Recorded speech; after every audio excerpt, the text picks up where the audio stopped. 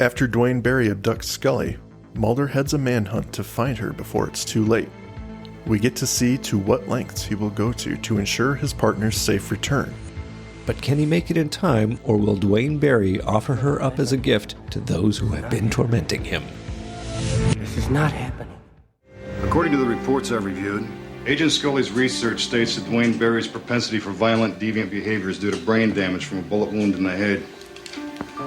Is this the operational opinion? Yes, sir. Was there another? He's convinced he's going to be abducted by aliens. That by taking someone to the abduction site, he won't be abducted himself. That he's following orders from alien voices in his head. Yes. Well, that's an interesting spin on the Nuremberg defense. Which explanation do you subscribe to, Agent Mulder? There's a question of how he could have gotten to her in the first place. And you think these alien voices told him? Agent Scully was carrying a small piece of metal that was removed from Duane Barry's abdomen. An implant he described as a tracking device. Agent Scully thought that you had made a major miscalculation in Duane Barry's psychosis. Is that true? Yes, but that still doesn't explain how he could have found her. Where would he be taking her?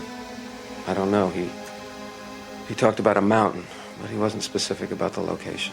Well, however he got to her and whatever his motives, he took Agent Scully's car and her weapon. I think we all understand the seriousness of this matter and should proceed ahead quickly with all possible resources. I need you to turn over your files to HRT. I'd like to brief them myself, sir. Go home, Agent Mulder. You've been up all night. Get some sleep. Sir, I know Duane Barry. I've been in his head. I know how he You're thinks. too close to this case. Well, how you doing, Andrew? We are talking about Ascension tonight. I'm ready to ascend, Mike. Let's get on up. Yeah. I'm excited to talk about this one. We get the closer with Duane Barry here. We get to see what happens to Scully, and it's exciting. We got a little drop in by X, which is always good. Always. All this episode needs is a lone gunman, and it's a trifecta. So close. So close. So Couldn't close. afford him. But yeah, 6th episode of the second season. It's a good one. It's a good sequel. I compare it to The Empire Strikes Back in the old Star Wars trilogy there. Very much so. It's the bad guys the good guys get a punch in the balls in this one. Yeah. We end on a low note here. Not to spoil it for our listeners who may not have listened, seen this episode. I don't want to spoil it. Well, all they have to do is expect something bad to happen the whole time. That. I don't know. I mean, as we know, the last one was written and directed by Chris Carter. This, not the case. Written by Paul Brown, who also wrote Excelsius Dei, not my fave. And That's a directed, jump. Yeah. Directed by Michael Lang, who did Young at Heart, which I ranked as my number one most disliked episode in season 1. Then he also did Miracle Man, and in season 4, he'll do Unrequited. I like 3 of his. We actually talked about that on Miracle Man. On Miracle Man, it was like, Because how did it was you like, get well, here from there? Yeah, exactly. Yeah. But yeah, wow. Let's dive right in. Well, are we diving into Ascension, which goes up? I mean, we can't. We have to jump on in. Jump up. Yeah. Yeah, there we go. Jump up and get down. And do we do the drinking game in this one too? I don't think we have as many name drops. We certainly could. It could be Duane drinking Barry. part 2. Okay. How many DBs? For anybody who doesn't recall from listening to Duane Barry, which maybe you just did because we released them 2 at a time, but every time you hear Duane Barry's complete name, you have to take a drink. Could be a tough day at work tomorrow. Oh, no, I don't have a drink now. You ended it from the previous. I'm really just shooting from the hip this time. I really enjoyed Duane Barry. I don't know how I'm going to... Oh, damn, I said it again. Oh, no. I've got Duane Barry's on credit. Okay, so. Yes, let's jump in. It's storming outside. Late at night, Mulder arrives home at the end of his long and tiring day of dealing with the hostage situation and trying to understand Duane Barry. As he settles in, he routinely clicks the answering machine button to play the waiting message. It's Scully. He hears the hurried and uneasy tone in her voice as she recalls the information from the last episode. The implant from Duane Barry had a barcode on it as if someone was cataloging him. A sudden noise, a gasp, and then shattering glass. Mulder perks up, bewildered by what he's hearing. Scully begins calling for help. As the viewer, we know what's happening. We already saw it. Cut to Mulder arriving on scene. There are police everywhere. He flashes his credentials as he begins surveying the scene. A spot of blood here, some broken glass there. He catches his reflection in a shard of what remains of Scully's window. As he glimpses each point of evidence, he gets flashes of what he pictures to have happened. As Mulder examines a bloodstain on a glass tabletop, he sees a strand of red hair stuck in a gooey substance, blood. He flashes to her supposed struggle to show what may have happened to lead to such a scene. We are seeing Mulder put the pieces together without dialogue here, which is very different for the show, and for the first time we can see maybe how he visualizes the crime scenes he investigates. His concentration is broken as a woman tries to gain entry into the apartment. It's Mrs. Scully arguing with an officer. Mulder approaches, and as he does, she pleads with him to tell her where her daughter is. No answer. Credits. I know we're all looking forward to the funny adventures of Sheila Larkin as Mrs. Scully, one of our favorite characters. Well, she's all right in this episode. I'll give her this one. Yeah. This isn't the first time we've seen her, though. She come in season 1, Beyond the Sea, I guess. That's where we first meet her. Yeah. She's all right. She's not as bothersome in this episode, so I'm okay with her being here. Despite her showing major disrespect to the officers here. No. Yeah, she punches one in the face. Great. What are you doing? Let me in. I really like the reflection in the glass. It's a cool shot. I mean, hand it to Michael Lang or whoever was the DP on this one. They nicely framed it. Like, it's not accidental that they got that. It was pretty good. And I do like the unraveling of the elements of the crime scene. Like, he sees the phone, and then we get the backstory on how the phone came to be smashed. I do like that going back in time dynamic. And they are showing us, I know I said we saw it. We see him break through the window, and that's pretty much it. Yeah. So we actually get to see the crime scene as it's happening, which is kind of cool. So, although I got to say, Scully sheds like a cat. Because her red hair gets everywhere. Just everywhere. I've got a Sheba, and we just had him groomed today. And Jesus Christ. You went home with all the hair? Same idea. Well, we've got on the coffee table, there's the blood smear with her hairs on it. And then later on, we're going to see the same kind of setup on Duane Barry's medical wristband. And I'm like, what the hell, Scully? Your hair just doesn't stay on your head. No. Maybe her cancer started early. Oh, bam. I'm sorry. It had nothing to do with the implant. Nothing to do with the implant. Although you lose your hair with chemo. You don't lose your hair because of chemo. I know. But it was a good joke, Mike. It was an all right joke. It was very good. Okay, so after the credits, that same night. And credits. What's special about the credits in this episode? Oh, the saying. Yes. Deny everything. Good stuff. Later that same night, outside the apartment, news crews are gathering. We hear chatter of a broadcast. Scully's mom speaks of a dream she had about her being taken away. Mulder consoles her. As she continues to say that she wanted to call Scully, she didn't want to scare her at the same time. Besides, she would have just laughed it off. She doesn't believe in that kind of thing. From there, we go to the FBI. It's the next day. I think it's worth noting that Mulder doesn't give a note of, you're telling me she doesn't believe that sort of thing. I did on mine. I wrote, tell me about it in all caps. I just chose not to say it. You're not just whistling Dixie, Mrs. Scully. Yeah, she I really can tell doesn't you stories, man. She won't believe a word I say. At the FBI the next day, we are in Skinner's office. First shot is, of course, CSM puffing away in a comfy chair by the wall. We all know he's behind this somehow. Skinner's briefing the room. He's relaying the information about Duane Barry. He's got a propensity to violent, irrational behavior. Krycek chimes in about Barry's belief that he's going to be abducted by aliens and that by taking someone else to the abduction site, he won't be abducted himself. Skinner quips about the interesting take on the Nuremberg defense. Mm-hmm. He asks Mulder for his opinion, and Mulder is dead on. There's a big question of how he found her in the first place. So we already know the wheels are spinning in Mulder's head. Yeah. There is nothing to indicate that he would choose Scully out of an entire city of people. You know, when that bit happened, I think the theory that I got was Duane Barry has other technology embedded into him by aliens, and he tracked the implant, and thus he tracked Scully. That's where my mind went. But I do like this take a little better, that it was, in fact, you know, he's been directed, or even, like, as you say, Krycek gave him a ride to Scully. Yeah. I think there is some outside force that we didn't see off screen. That was actually more of a face-to-face where, hey, this person is likely someone you can take to the site. And he's in a state right now, Duane Barry, to take his best option, to get someone to that abduction site, to have them take them instead of him.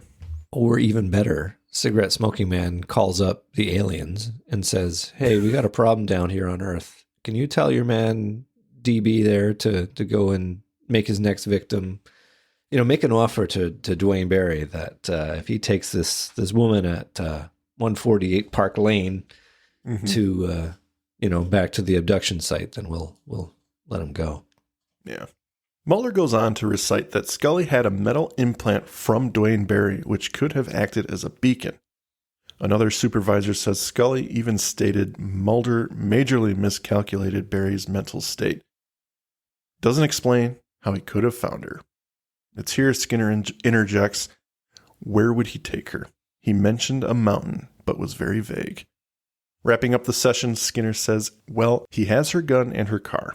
He dismisses everyone to get started immediately and then refuses to allow Mulder to work on the case, stating the usual 80s and 90s line, you're too close to this case. I literally have the classic agent/boss trope. It's just too much. I hate it. He's not wrong, though. He's not wrong.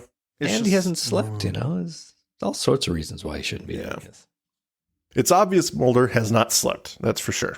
And Krycek is tasked with taking Mulder home safely. As they leave, we get one last puff from CSM. He's making his presence known. He is not afraid of... I do like it. Like, he's basically there with his salami slapped out on the table saying... I was just going to say big... Yeah. He's like, I know what happened. Yeah. I'm in your face, and what are you going to do about it? We are on Car Route 229, Rixeyville, Virginia. We are listening to Red Right Hand. Duane Barry is driving. He looks exhausted. He takes turns at ridiculous pace. There are no passenger in his car. He speeds along. A nice spin out doing one of those turns. It's fucking ridiculous, man. Yeah. He passes a hidden cop at a speed trap. The cop flips on the sirens and pulls him over. As Barry stops the car, the song still plays loudly. The officer approaches cautiously and asks him to turn the music down. I'd like this because it's unclear as to whether or not the music was a production thing or if he was actually listening to it. I like that too, yeah. And then as soon as he touches it, the music's just gone. So it's really cool. The trope of the music soundtrack actually being part of the narrative, it's often done. I like how other shows do it sometimes, where it's like the main character that you're following is like listening to it on ear pods or something.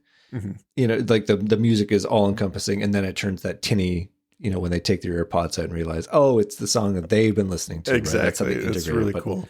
I like this method of can you turn your music down? And then he turns it off, right? But yeah. Also worth noting, this song is on the soundtrack Songs in the Key of X, which we've talked about in the past. And it's one of the really good ones. Nick Cave has a hidden track on that CD, and you have to rewind from the beginning of the CD to hear it. I think people just need to know that. Well, that they will know it again, sir, because I believe we talked about that in the movie. Run out and get that CD, because in addition to that cool bit, it's got some great tracks on it. Yeah. To me, this scene really begins the tension of the episode. This traffic stop. It's like, okay, Yeah. is this going to end here, or is something terrible about to happen? As the officer and Barry, right. As the officer and Barry communicate with one another, Duane Barry just asks for the ticket so he can go. He's obviously in a hurry. When the officer inquires where, Duane Barry chose the wrong answer. It gets really unsettling because he says, "I'm not sure, but they'll tell me when I get there." It's at this moment that the officer notices blood on his knuckles and a medical bracelet. The scene escalates as he draws his firearm and orders Barry out of the vehicle, but he refuses by insisting over and over he can't be late. He's got to keep moving. From the trunk, Scully hears this altercation and makes her presence known by pounding on the trunk door, which, unfortunately, catches the officer off guard. He looks, and in a flash, Barry draws his own firearm, Scully's, and fires into his gut, killing him. Does he kill? Do we know that? Or is he's dead. Yeah, I didn't think his fate was established. I thought it was just. I believe they mention it shortly here. I could be wrong, but that he survived and I like this guy. He's got a cool swagger about him. I like this guy. I would have liked to goes see on more to of have him. a productive career in law enforcement and With a cane this time. yeah, and he's not on traffic duty anymore. He's got Martin PTSD. Crane from now on. That's right. Shot in the hip. That's who he becomes. I love it. I had this bad traffic stop in '94. I think I've told you this story. Crazy mental Gets a little patient with a gun. Yeah. I got to say about this traffic stop that Duane Barry suddenly gets pretty stupid.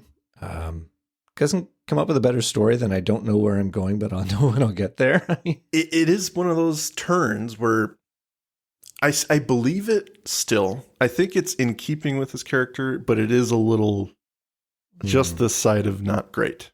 You know what I'm saying? He's always speaking his mind in weird ways. And in this moment, he does so, but he should know better, at least on some level, that whatever's happening here is not going to end well if he doesn't answer this question well.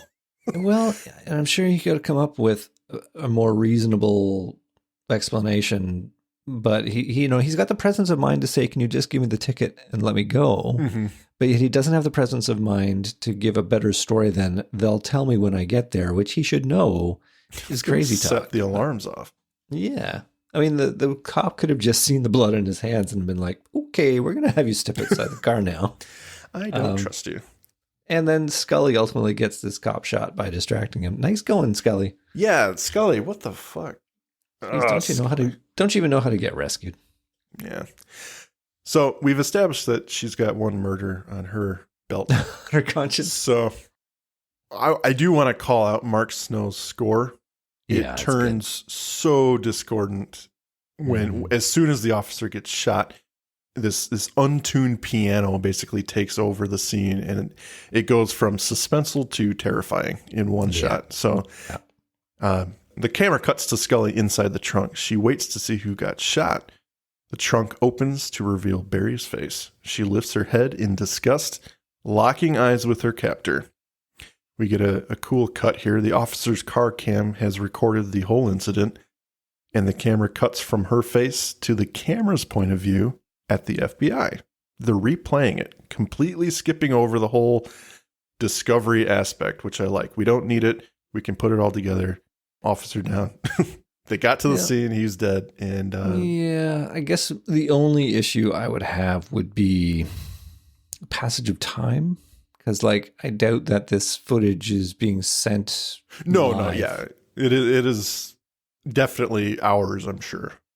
But I can equally forgive the episode suggesting that Duane is taking a long-ass time getting where he needs to go. And he doesn't know, so he's going to be going all over the countryside to find where he needs to be. Yeah. And so it could have taken a couple of days for the footage to, get couriered over to Quantico, and they get to look at it here. Mm-hmm. We get to see Mulder heading this investigation at the FBI, and they're analyzing this video, and they blow up the trunk to see Scully's face. Yes. And she's looking at Duane, and they've determined she is alive, which gives them hope. They print out a picture and head out. Classic video enhancement trope there. Enlarge and enhance. That's quite the enhancement. Jesus Christ. It is. You would not get that level of detail from a VHS or whatever it is. I believe it, sir. How dare you question this? This is the FBI. They've got At least they don't actually say, "Hey, Bob, can you clean that up a bit?" And, have him turn you some just see him dials. scrubbing over it with a mouse. Sure.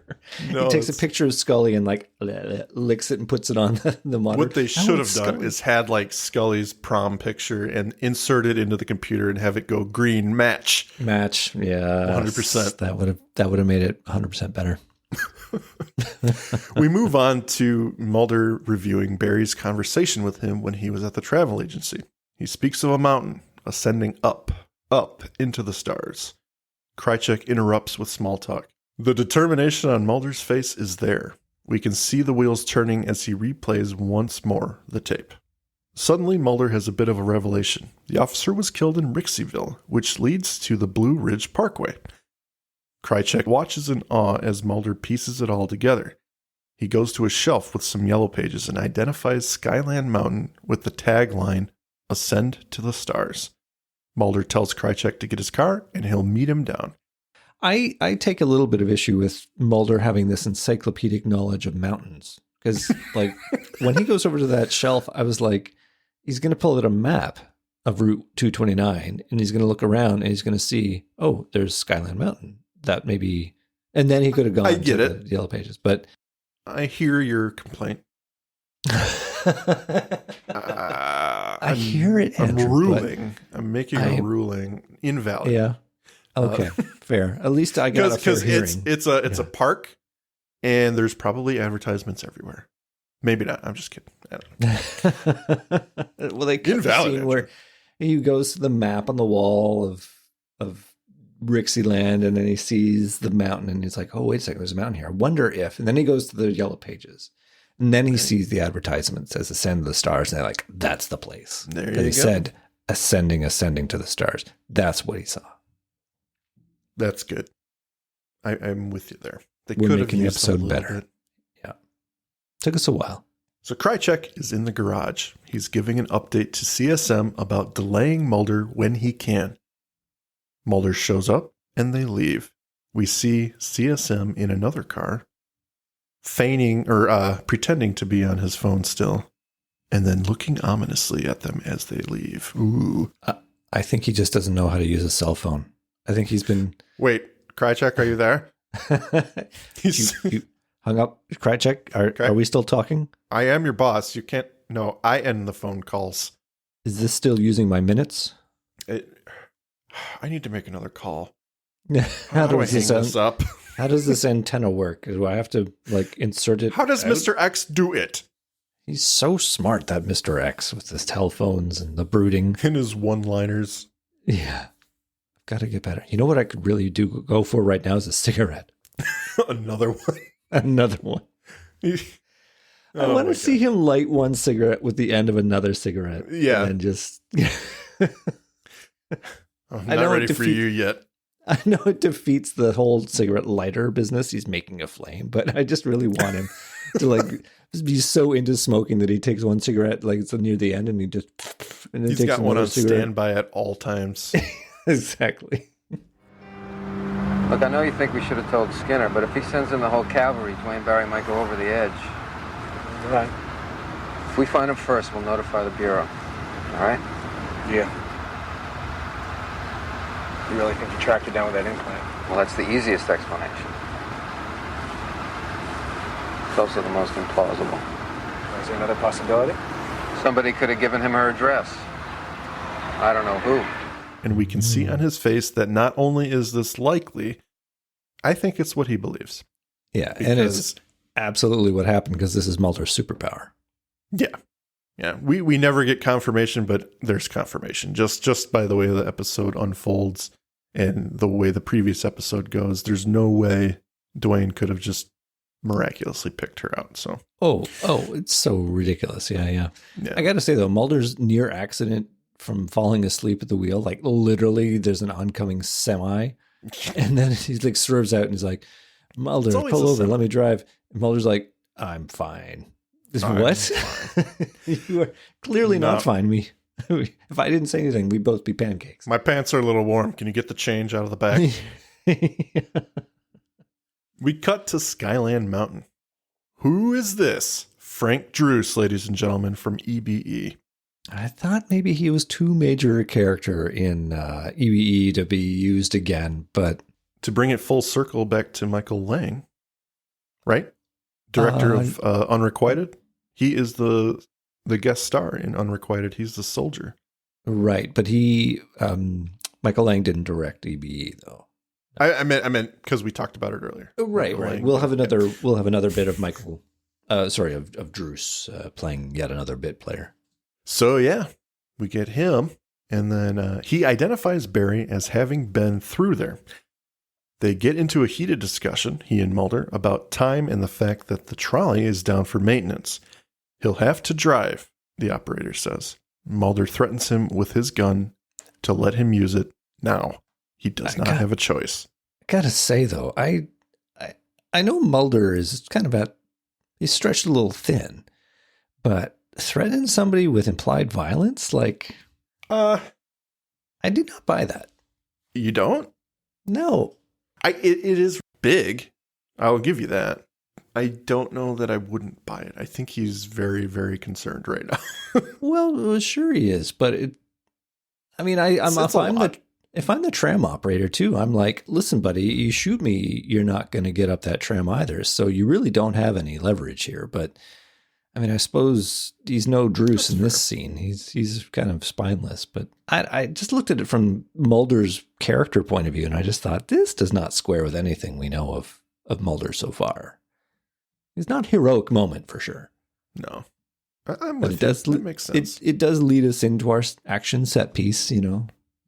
And it's dramatic. We got to know he cares about Scully enough to buy a gun at an innocent man. That's right. I mean, this man is destined to die is the problem. And if it's not from Mulder. When they're talking, when he's blaming everything on Krycek later, it's like, well, he was the last one to see him alive. I did threaten him with my gun. You're right, but I didn't actually use it. Listen, ballistics will prove it wasn't me. I didn't shoot my gun at all. I mean, I wanted to, but I totally didn't do it. No. Yeah, so Mulder's 100% determined now. Despite the tram operator's warnings, Mulder cranks it up to top speed. As they watch him ascend, the operator tries to warn him of jumping cables at the junction. He's going way too fast. And Mulder just blows by the tower. No big deal. He does not care one bit what the tram operator has to say. We can see Krycek getting a little flustered here. He wants to stop Mulder, but he's unsure of what to do. When the operator mentions him being close to the top, we see Krycek's hand go down to his holster. He unholsters it and whips him across the head, knocking him out. Krycek's turn is complete now. More than just knock him out, apparently. Yeah, I wouldn't say that killed him, but he must have done something to him. In the movies, knocking somebody on the back of the head with a gun is sufficient to knock them out. It doesn't kill them, but we'll learn later that this tram operator is dead. But yeah, I want to derail. No pun intended. Very good, very good. Right here. This, everyone listening, and Andrew, is the moment I wish they chose to have Krycek reveal himself. Yeah. I think it's just a missed opportunity. And we covered that when we did. Krycek was first revealed, because he's parachuted in as a replacement, a surrogate Scully who is not Scully. And then at the end of the very episode, he's revealed to be in league with a cigarette smoking man. Like you, I think that was just way too soon because they could have drawn it out. But I think they wanted make the fans like uneasy, make them squirm a little bit, and have this new guy come in and be a friend to Mulder and be successful in the prosecution of a case or whatever you want to call it, and make it seem like Scully is getting phased out. Yeah. Obviously, that was never the intention, but it's only 2 episodes. When he reveals himself here, we're an episode and a half from Sleepless. So it's not like it would have been that long. 3 weeks. No, that's true. And just they thought it certainly would've been have a so lot fun. of long-term plans set up that they couldn't have, done this too.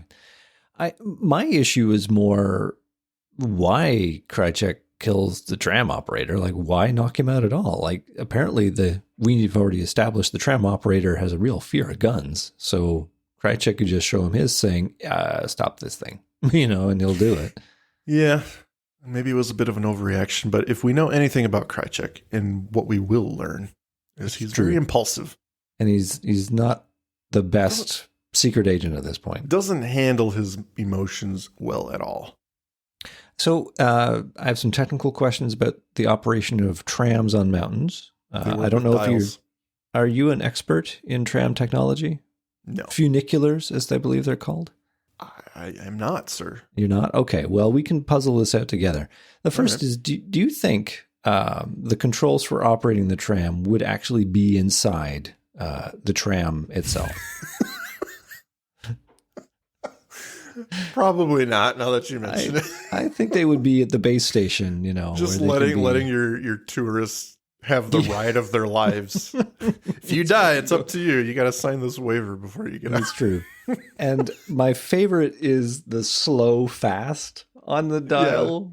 Yeah. And the fact that he says don't take it above 15, and yet it can go to 30. It's like, just build it in. It can't go over 15 if it's that dangerous. I've often said that about cars. If you don't want Cap their people speed to at go 55, 90, right? 90 miles an hour, just make it 55 cap or something. Yeah, they've got the technology. Right. You don't have to make it go 100. Yeah. I feel like they went to special lengths to make this tram ride exciting, to make this rush to ascend the mountain. Let me tell you, I was on the edge of my seat as those dials were going left and right. As he does a tourist ride up the mountain. It's just him in the tram car. That is the real fucking draw, isn't it? Yeah. Climb the mountain on this tram as fast as you want.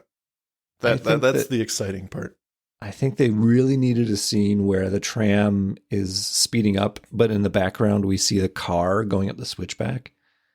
Mm-hmm. And then we would have been like, oh, will he make it in time? But anywho, yeah. I got a few issues with this particular chase, but yeah, with Krycek killing him up, killing the tram operator, it just doesn't. He doesn't know what this plan is. He just knows he has to delay Mulder for a reason. If the X-Files has taught us anything, it's someone needs to pay the price for every action. It's true. This is to show us that Krycek is a bad guy, if we didn't know already. And you know what?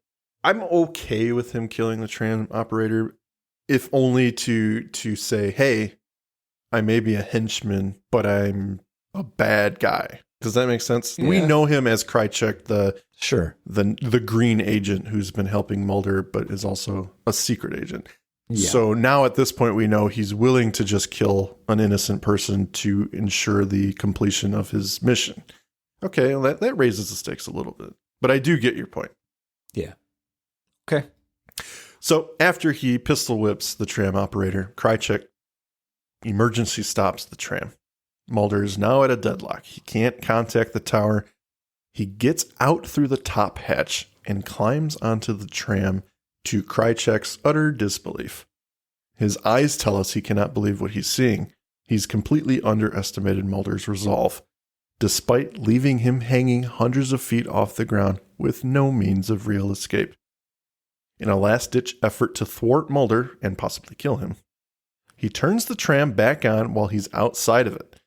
Mulder stumbles and slips off the side, but manages to hang on and regain his footing as the tram safely arrives on scene to Krycek's disappointment. So real bad at his job. If he's going to kill Mulder, he's got to do a little better. Am I to understand that Mulder's actually doing this stunt? David Duchovny is. Yeah. That's nuts. Yeah. Number one, awesome. Awesome for David Duchovny to do that. Number two, insurance liability for the production crew. Well, maybe, Mike. maybe it's a bit of an optical trick. That It could the be. tram might only be like 8 feet above the ground by the point he's doing the stunt.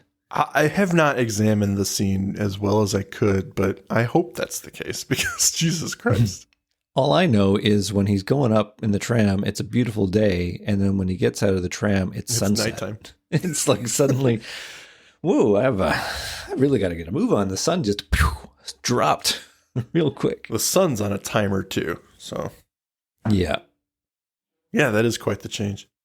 Yeah. Just watching it now. Yeah. So it is now nighttime, ladies and gentlemen. Mulder is scanning the scene with his weapon drawn. He sees the car, abandoned, still on. There's more blood on the steering wheel. He pops the trunk to find bloody rope and Scully's necklace. Of course, somehow, that managed to just fall off. That necklace, man, there's so much symbolism in that thing. So much history in that fucking Yeah. thing. It's been observer to so many abductions of Scully. Suddenly, a brilliant light from above starts scanning the area and flies off in a rush. Mulder finds Barry, rejoicing to the heavens that he wasn't taken. They took her. Okay, another light shines, and Barry gets fearful that they've come back for him. We are now halfway through this episode, ladies and gentlemen, and the bad guy has been caught, but nothing has been gained. So the bait and switch of the search and rescue chopper, when it comes back, I get that the second weird light that's flying, that's our chopper arriving. But there are these weird ground lights that flare up and illuminate the area. And I mean, I know it's dramatic and all that, but it's like, what is that supposed to be other than a fake out that this is the aliens coming back? It might just be bad production. Oh, well, like a entirely shoddy, possible. Yeah. shoddy production. Yeah, I'm going to go with that in my personal opinion. Yeah. Maybe it was supposed to look like it was from up high, but it really wasn't. Because as soon as Mulder looks up, we see the helicopter or the object being the source of the lights. So I don't know, maybe it was lifting off. It's been real quiet all this time. Yep.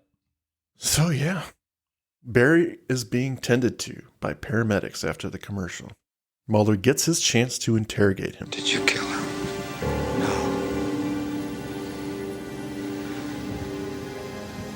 I swear. How'd you get this? From the ship. What ship? You saw it. I saw a helicopter. They were here. I'm not lying to you. There they are. Ask them. They know what happened. Sit down, Duane. No! You've got to stop them! Hurry! Hurry! They were just out there! They were right outside! Duane! Settle down! No! They'll tell you where she is! The military's in on it! Just ask them!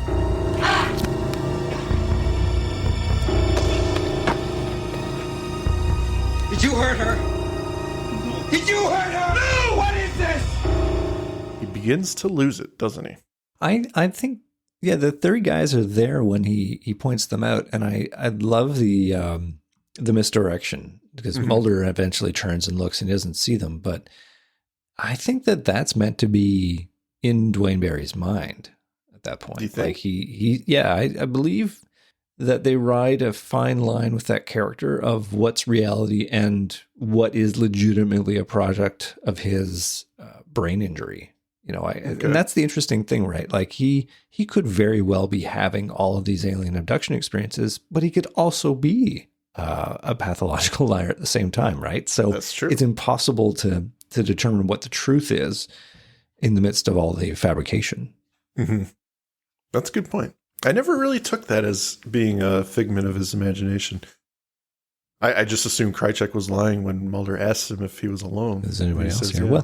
Well, the guys never show up anywhere else, right? And it's a pretty closed You know what? area. I haven't gone back to look, but I wonder if it's the same guys in that brief flashback from the first episode. It is.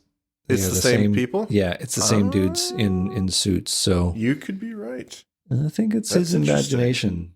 Yeah. But That's excellent. yeah. And with the callback to Duane's medical wristband with blood, and we see again Scully's red hairs on there, it's like, oh my God, Scully. Hair just does not stay connected to your head. Oh, boy. It's at this point, though, that Duane Barry apologizes, right? He says, I'm sorry. Yeah, we get this cool scene. Like, I'll let Mulder, you get into it, and we can talk about it. Well, yeah, I mean, we can just talk about it. I think Mulder, as he's interrogating Barry, he's not happy with the answers he's getting. And he, despite Barry insisting he didn't hurt her, Mulder begins choking him. He wants the truth, and he's perceiving what Barry's telling him to be a lie. And for a brief moment, he loses it, and he starts strangling Duane Barry. But he releases himself. He gets composure. As Mulder leaves, Barry offers this apology. You know, they had to take her. I hope they're not hurting her too much with the tests. And he apologizes once more. Again, I feel back for you, right? He's just given this amazing material to work with, right? Mm-hmm. Like you want to dislike him for what he's done, but at the same time, you're like, I get it. You know, I understand what has driven you to this point, and you just can't fully hate him. And that's the thing, is like the relationship that they've got, however short it was, is coming back. You know, they were torn apart a little bit because Mulder questioned his honesty at the end of Duane Barry. And they kind of resolved it in that episode a little bit. But then, you know, this is the first time they're seeing each other since then. And Duane, I think he genuinely feels bad because he knows what's going to happen. At least in some regard to whoever he brought there. He knows that Scully's going to be in pain. Yeah. And he now knows that this is someone important to the man he developed at least somewhat of an understanding relationship with. Mm-hmm. And it's tough. I believe him when he says he's sorry.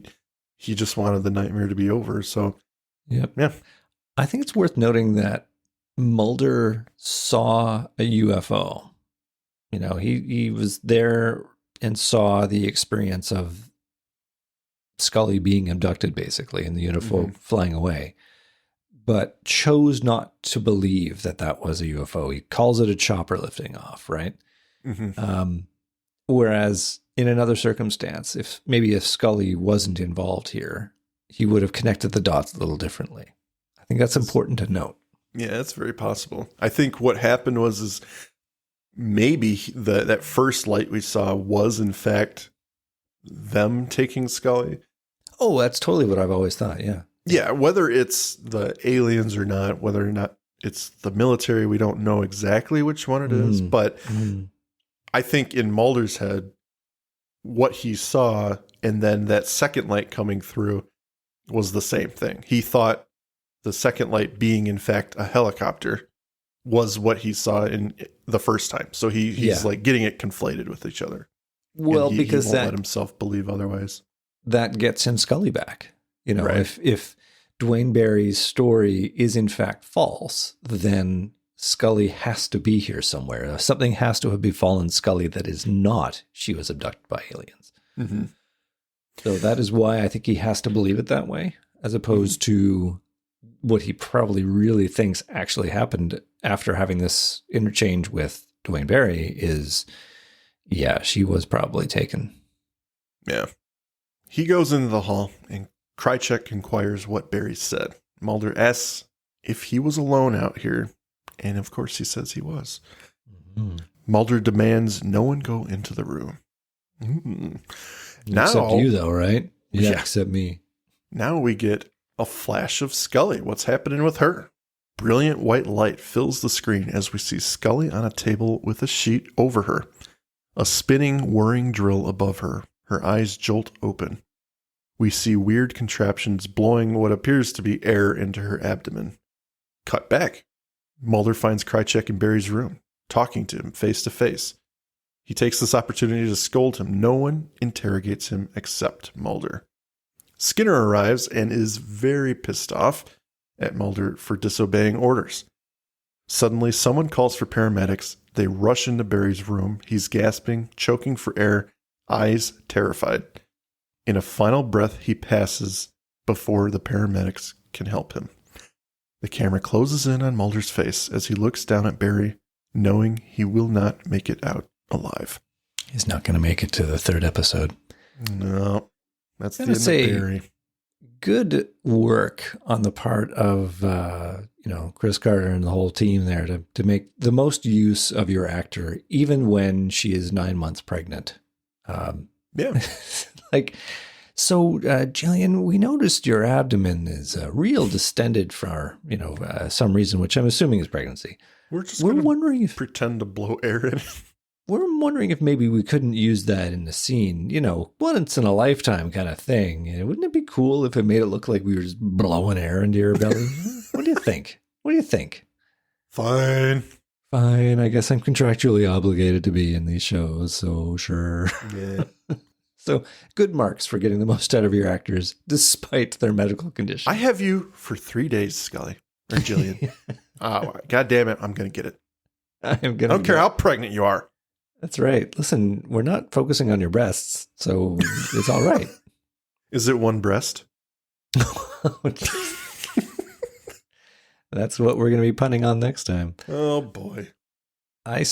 For Duane's death, I just wanted to note, I think that the person who killed him was the guard they sent to keep an eye on him, not Krycek. Oh, sure. Definitely. They had this total throwaway line of, giving a nod to keep an eye on him, which is the cue for give him the cyanide. You got the pills? Take your medicine, Duane. From here, we go to the FBI morgue. Barry is wrapped in a sheet. The coroner arrives and Mulder demands a copy of the autopsy report. She relays everything we knew of this situation. When Mulder asks for a finished report when it's ready, she tells him he will have to go through military channels. It's just another hit, right? We don't know as viewers exactly what's going on, but we're getting a sense of it bit by bit with Mulder. This is just another gut punch to the answer train. But I do like that she has a pretty rational explanation. Mm-hmm. She's like, listen, Quantico's under military jurisdiction, and there was no one else on staff. There was no one else on staff, so we just threw in one of our own to do this one. And you just have to ask the military, and you'll get your autopsy report. There's nothing untoward about that. And that is the worst answer for Mulder's state of mind right now, right? Yeah. The last thing he wants to hear is, I need to talk to the military about what's happening. I'm sure I'll get my answer real quick. Yeah. There's a lot of great tension here, and you can just see the anguish in his face. Downtown D.C., Krycek meets with cigarette-smoking man. This is a nice little scene because we get the sense that Krycek is a bit uncomfortable with blindly following orders. Mm-hmm. This is his first real line step, I think. And he tells CSM what's happening, and CSM tells him to corroborate Mulder's story. You've earned Mulder's trust, now keep it. Krycek asks the $1 million question. If Mulder is such a threat, why not eliminate him? That's not policy. When Krycek presses for more information, CSM puts him in his place and says, you have orders to be carried out. Yeah, we can see the discourse between them beginning here. And after CSM tells him to do his job and shut up, essentially, he leaves without another word. Well, doesn't he also say, gives the line of don't turn one man's religion into a crusade? Like, this is the point about not killing Mulder. Yeah, when Krycek presses, he says it's not something we can do because it's not policy. And if we kill Mulder, essentially, too many people will raise the flag and be like, wait a minute, what's going on? This guy just got murdered for no reason. But if Mulder were to die from an accident off of a tram from his own stupidity, well, that's fine. Well, it was a rescue operation, right? It was. He was a loose cannon on the edge. That we can explain away, but to just, off him, that would be, that's not policy. So, okay, the cigarette butts being left in Alex's car. Mm-hmm. Do you think, perhaps, that he is intentionally setting up Krycek, knowing that Mulder is quite the investigator? No. Only because why pull him out?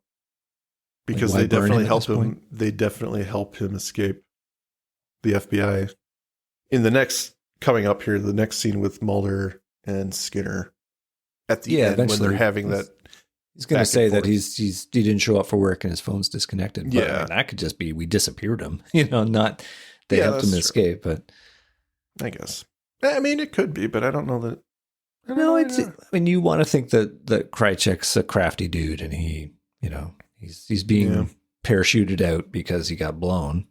But I don't know. It just seems a little bit sloppy for CSM to leave his butts in Alex's car. Well, he does leave them everywhere. To be fair.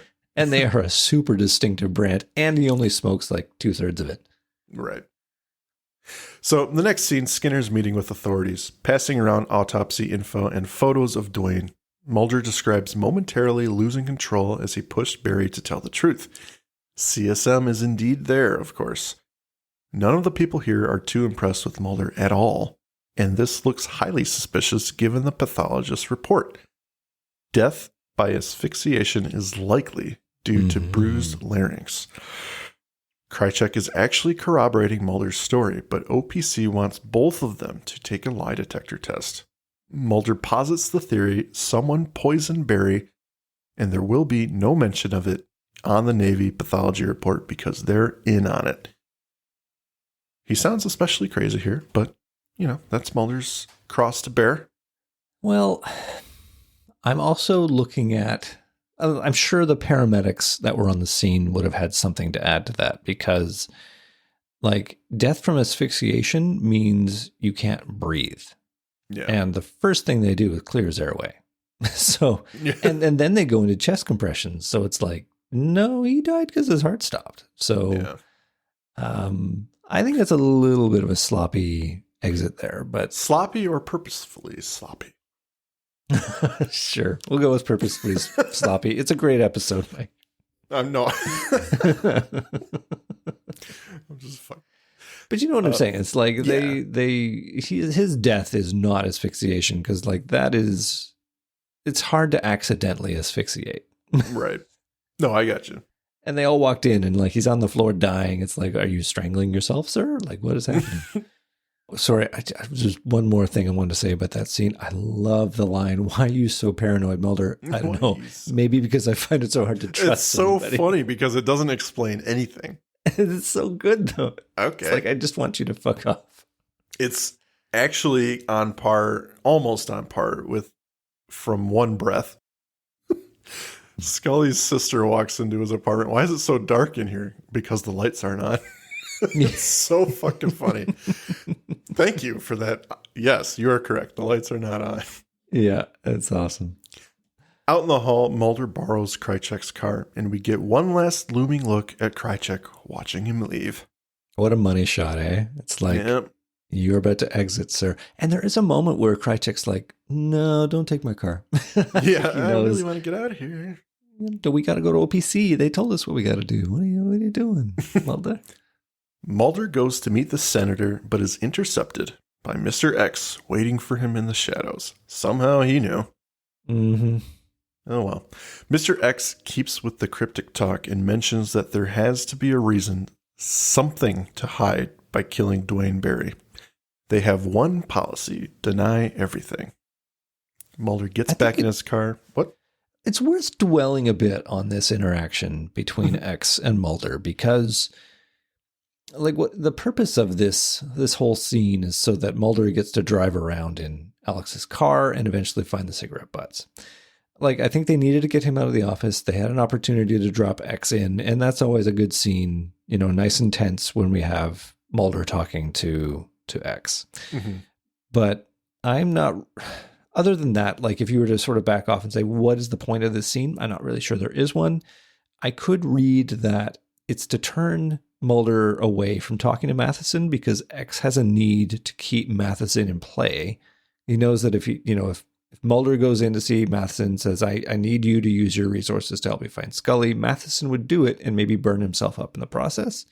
And maybe X's role here is to say, no, we need to actually keep Matheson where he is. That's the only way I can really justify this because nothing else is communicated in this. X is categorically shutting him down, saying, I am not going to tell you where your partner is, what's going on.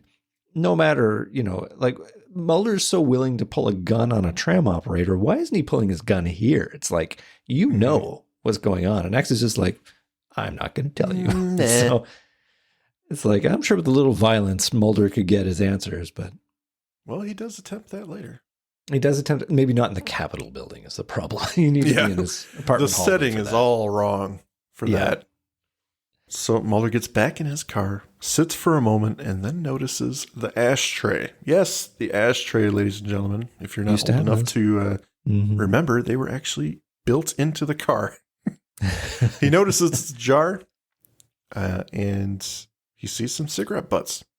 Without a word, he slams it shut, and he has put some pieces together. In Skinner's office, he's flipping through pages of a report Mulder has submitted.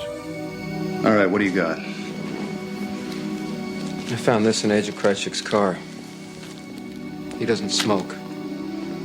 Agent Krycek was the last person with Duane Barry before he died. He was also the last person to see the tram operator before he disappeared. When I got to the top of Skyland Mountain, I saw an unmarked helicopter working the area. I believe that Agent Krycek gave away the whereabouts of Duane Barry and Agent Scully to whoever he's working with. And who was that? I don't know. The military? Some covert organization within the government? Whoever it is that the man who smokes those cigarettes works for. Why? Because Agent Scully got too close to whatever it is they're trying to deny, because she had hard and damning evidence, that metallic implant in her possession. Or because her termination would prevent further involvement with me and my work. Mulder presents the cigarette butt and tosses it to the ashtray on Skinner's desk, which houses yet another few butts from CSM's Morley smokes. It's basically overflowing. It's pretty gross. This guy cannot have a mouth without a cigarette. Yeah. And I love that they're on Skinner's desk, right? Like he's got a big office with a little side desk. It's like. Over or under on whether or not he's got a cigarette in his mouth while he's brushing his teeth? It totally is. Yeah. It totally is. I think he brushes his teeth with cigarettes, actually. He unravels a few and rubs the tobacco on his teeth. He pours the tobacco on the toothbrush and burns it, and then he brushes his teeth. Oh, God, this is the best part of the day. Oof. What I like about this scene is that it's honest. The two discuss things as if they're actually hearing each other, and we don't get this very often, or at least we haven't yet. Mulder's just relaying the information. It may sound a little crazy, but he believes Agent Krycek was the last person to see the tram operator before he disappeared. Disappeared, by the way. They don't necessarily have a body, but he's just gone, which is kind of cool. Disappeared? Because they keep on throwing around the murder of the tram operator, but I guess it's an assumption because he did say disappearance, or before he disappeared is what he says, which I think is cool because keeps it. He shows up in a later episode, so maybe he's just lost his memory and I'm now a soldier from Vietnam. Yes, my backstory is the tram operator. That's awesome. I like it. I do like that scene is for the same reason. It essentially removes the hierarchy, authority-employee relationship, and it replaces them with some equal status. Like they pop out of those roles for a second to turn into, we both know that there is a larger thing at play here. And, Mulder's role of, what are you going to do about it? You are as much of a victim in all this as I am. What are you going to do about it? That's the important note here. Yeah. I just love it when they get along. I think I'm biased, but at the same time, these two, and even when Scully is involved, and they have these discussions, and when Skinner looks like he's coming around to their quest or the X-Files in general, and they have these sit-downs, it's just so powerful because, first of all, Mitch Pileggi is amazing. And he handles his character with such determination and seriousness that when he has these moments, it's like, all right, he's human.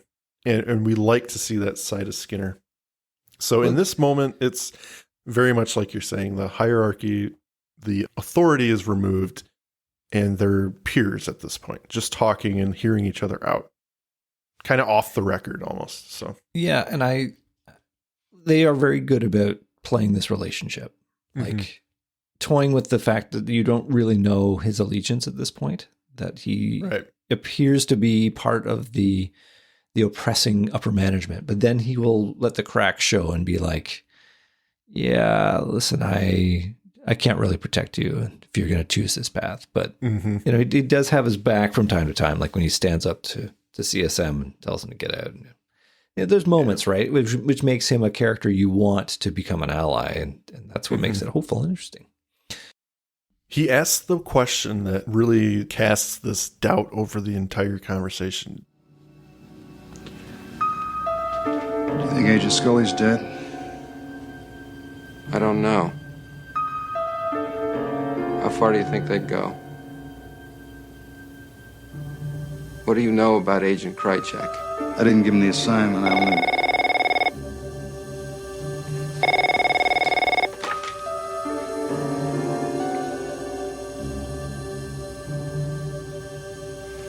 Yes.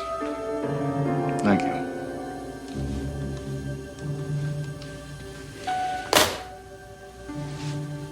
Agent Krycek didn't show up for work this morning. His home number's been disconnected. That's it? He's gone? He just disappears into the woodwork? So it would appear. Who are these people who can just murder with impunity and we can't do anything about it? Let it go, Agent Mulder. Like hell. There's nothing you can do. What can you do about it? There's only one thing that I can do, Agent Mulder. As of right now, I'm reopening the X-Files. That's what they fear the most. I mean, obviously, we had to get to this point. I'm fine with the episode choosing this is the moment we're going to re-engage, you know, the title of the show. But I feel like there's more you could do as assistant director of the FBI. Like, I'm pretty sure you got some options available to you to track down who this Krycek guy was. Like, there's a pretty big crime that you could prosecute and investigate who Krycek was. But he's like, no, I know that was CSM. It's a lot of work, though, dude. It's a Friday. He's gonna fucking go home and kick. Honestly, how can you prosecute this? So he's got a 24-pack of brewskis waiting for him. That's right. He doesn't have time for this. You know what I'm going to do? I'm going to give you some work by reopening the X-Files. Why don't Go ahead keep and work yourself the busy. weekend? I hear there's some vampires. You might want to take a look at. That'll lead to the answers. You'll find your Alex Krycek in the X-Files. Yeah, it's good stuff. But yeah, I guess he could try a little harder. I feel like the next time he sees a cigarette smoking man, he'd be like, "Hey, just a curiosity, you ever see this guy Krycek? You know, do you have a sense of where that guy came from?" Because he constantly tries to trip CSM up. How's Scully doing? Oh, you know, oh shit. Scully who? Oh, that's funny. Yeah. So it's here we get our ending to the episode. Mulder meets Mrs. Scully at the fountain one more time. They're on a bench. They exchange some small talk, but he doesn't have great news right now. Bringing us back to the opening, she talks about having the dream where Scully is taken again and how scary it is. Mulder tries to make her feel better by saying it would be scarier when you stop having it. He offers her a cross necklace so she can hold on to it for when Scully is returned. He asks about why she wore it. She was such a skeptic.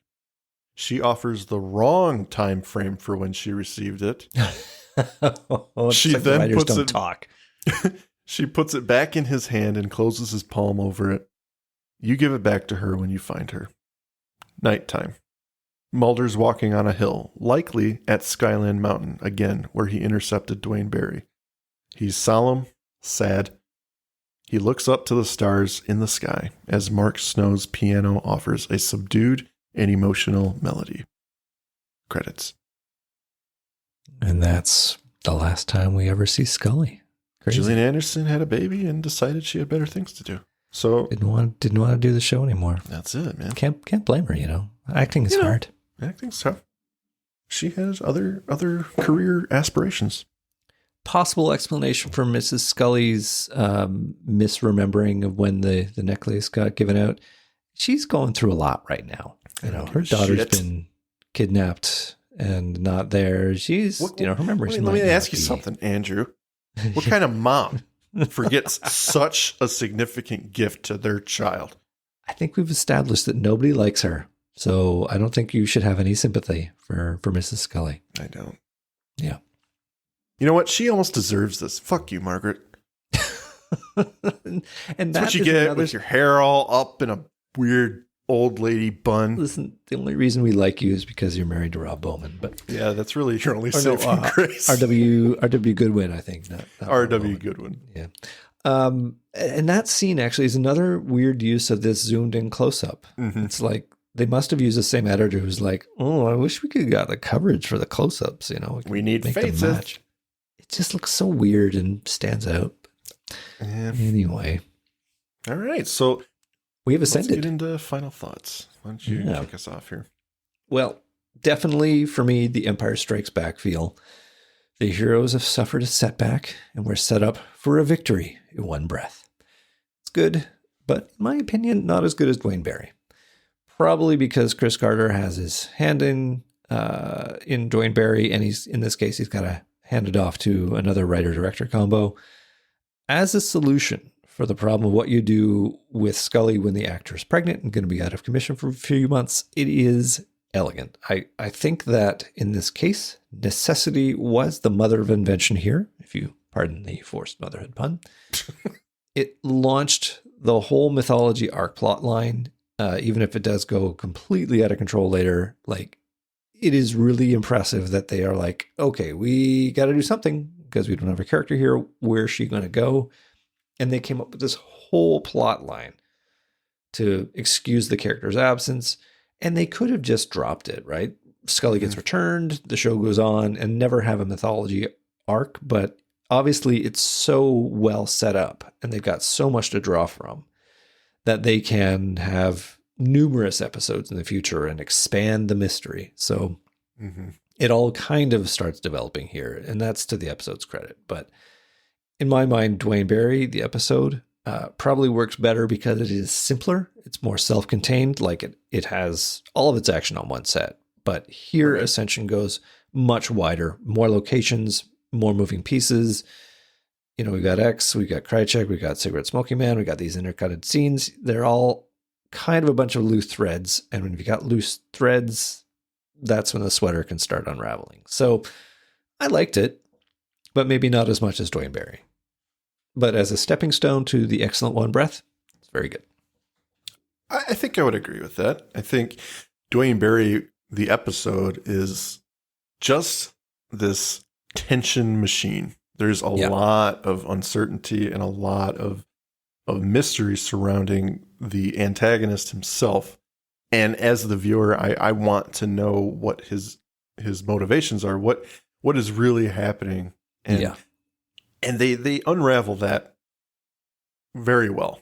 They parse it out and give us the information in direct ways, but also keeping it up in the air as to whether or not he's telling the truth. And by the end of the episode, we have gone from believing him to maybe not believing him. And then, after he has that CCH Pounder interaction, we completely believe him. So it takes a lot of turns. It's exciting. It's very dramatic. And this episode does a good job. I feel Mulder's determination, and I'm always happy to see, again, Skinner seemingly on board with the X-Files and being helpful, especially when he feels slighted too. This is happening under his watch to his agents, so he feels some culpability here too. And I think he's got this resolve that we're able to see by reopening the X-Files, whether or not jokingly he could have done more. But this is what they were aiming for in the first season, to get the X-Files shut down. So you know what? Let's stick it to them in whatever way we can, because whether or not it's true, no official channels are going to bring them Scully back. So if they reopen the X-Files, it will help move Mulder forward and hopefully fuck up the bad people's plans. But I guess, sorry, just on that point, and I'll let you continue, I'm sure, with the remainder of a lot of final thoughts, but I think Skinner's reopening of the X-Files, like, yes, I get that he has limited options to get his punches back in to what he obviously sees as cigarette-smoking man fucking with his shit. So reopening the X-Files, yes, that is something he can do, which was obviously something CSM wanted shut down. It's his little payback. But again, like in Blood, the question is, sorry, not in Blood, in The Host, where you've got that interchange between Mulder and Skinner saying, if you had the X-Files open right now, we could have saved that guy. The question is, what could the X-Files being open do in this case that Mulder wouldn't have been able to do on his own? So this idea of, well, I'll reopen the X-Files and that will give some sort of superpower or some sort of legitimacy.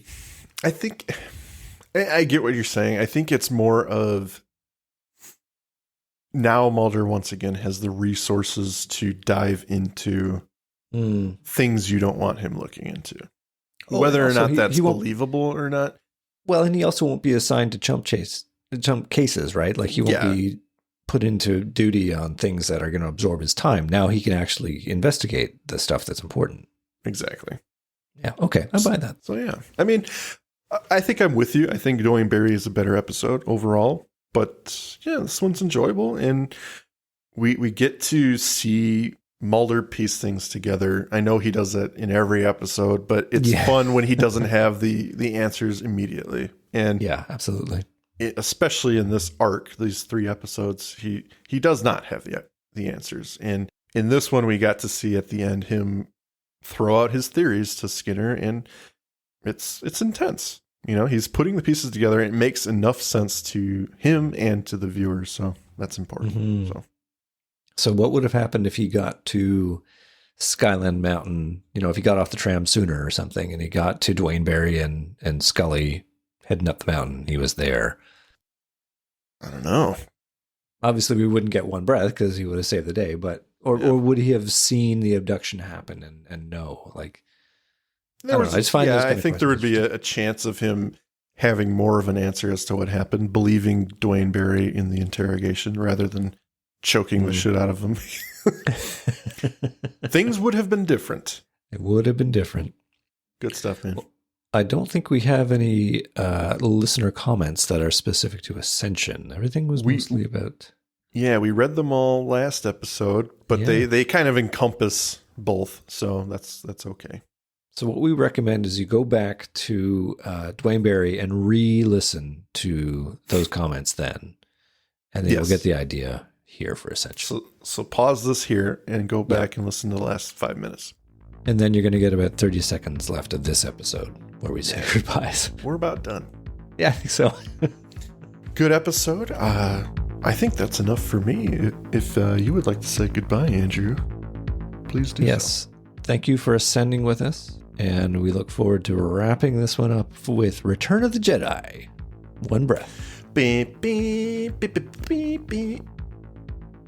Thank you for listening to today's episode. If you liked what you heard, please rate and review on your podcast app of choice. Andrew and I would be eternally grateful to you fine people for helping us expand and get the word out. Also, we've got a killer group on Facebook. Feel free to join in on the discussion at facebook.com/groups/thisisnothappeningpod and become an official member of the syndicate. We do polls and we have questions for every episode to give you guys the opportunity to chime in and possibly let your voice be heard on our recordings. And please join us on our new Twitter at tinhxfilespod, no dash, to stay up to date on everything, moment to moment. Thank you, and remember, don't stop swimming.